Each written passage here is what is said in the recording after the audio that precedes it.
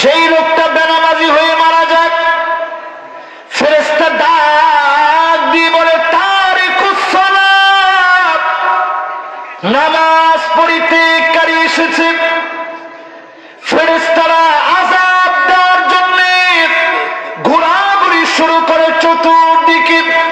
নামাজ পড়িতেকারী এসেছে, বেনামাজি কবরের ভিতরে এসেছে।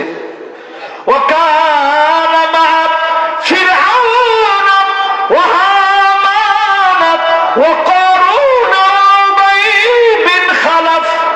ওই লোকটা দাগি আসামি জাহান্নামী হবে ফেরাউনের সাথে, কারুনের সাথে, উবাই বিন খালাফের সাথে, এমনকি হামানের সঙ্গে জাহান্নামে যাবেন।